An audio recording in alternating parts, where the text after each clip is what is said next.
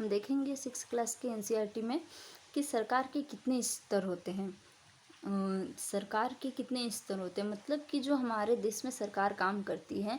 आप जैसे देखेंगे कि अभी हमारे देश में बीजेपी की सरकार है, तो हम देखेंगे बीजेपी की सरकार है तो वो कहाँ काम करती है या उनके अंडर कौन कौन क्या क्या चीज़ें आती हैं। जो स्टेट का गवर्नमेंट होता है, स्टेट की गवर्नमेंट, उसके अंडर क्या क्या चीज़ आती है। एक और सरकार जो होती है, जैसे हम स्थानीय सरकार कहते हैं, इसके अंडर क्या क्या चीज़ें आती हैं।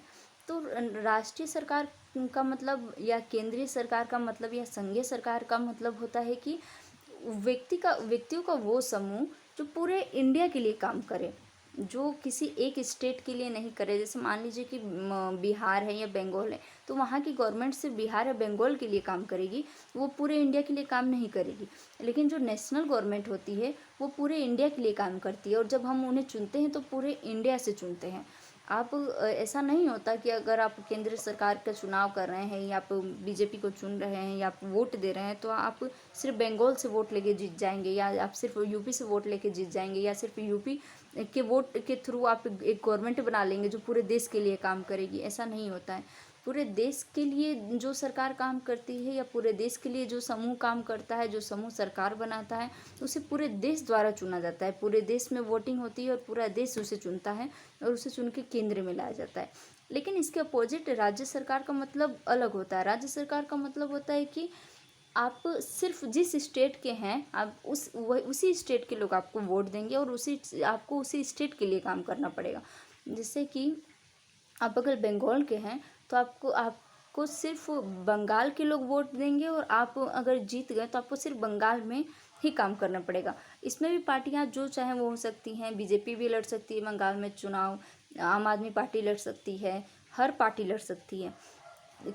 नेशनल का क्या मतलब हुआ, राष्ट्रीय का, कि पूरी इंडिया आपको वोट करेगी और आपको पूरे इंडिया से वोट लेके चुनाव लड़ना है और काम करना है पूरे इंडिया के लिए। लेकिन जो स्टेट का है वो आपको अपने स्टेट से वोट लेना है और अपने स्टेट के लोगों के साथ उन लोगों के लिए काम करना है। तो अच्छा, आप देखेंगे जितने भी इंटरनेशनल मुद्दे होते हैं वो सब इंटरनेशनल मुद्दे जितने भी होते हैं वो सब नेशनल गवर्नमेंट हैंडल करती है, ना कि स्टेट गवर्नमेंट। क्योंकि नेशनल गवर्नमेंट को पूरे इंडिया से चुना गया है, पूरे इंडिया के लोग चुने और पूरे इंडिया के हर क्षेत्र के लोग उसमें सम्मिलित होते हैं। लेकिन स्टेट में क्या होता है कि एक ही स्टेट के लोग सम्मिलित होते हैं और एक ही स्टेट के लोग काम भी करते हैं। तो इसलिए इंटरनेशनल मुद्दे या बहुत सारी ऐसी चीज़ें हैं जो कि नेशनल गवर्नमेंट कंट्रोल करती है, ना कि स्टेट गवर्नमेंट। इसके बाद हम देखेंगे स्थानीय सरकार।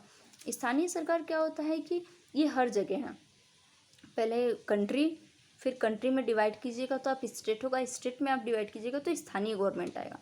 इसे राज्य या राष्ट्र के सबसे निचले स्तर में सरकार को स्थानीय सरकार कहते हैं। जैसे नगर निगम, जैसे कि मान लेते हैं कि एक जिला है, एक डिस्ट्रिक्ट है, वहाँ एक डीएम काम करता है, तो वो राष्ट्र की तरफ से काम करता है। मतलब कि उसे नेशनल गवर्नमेंट वहाँ पे अपॉइंटमेंट देती है और वो एक जिले के लिए काम करता है।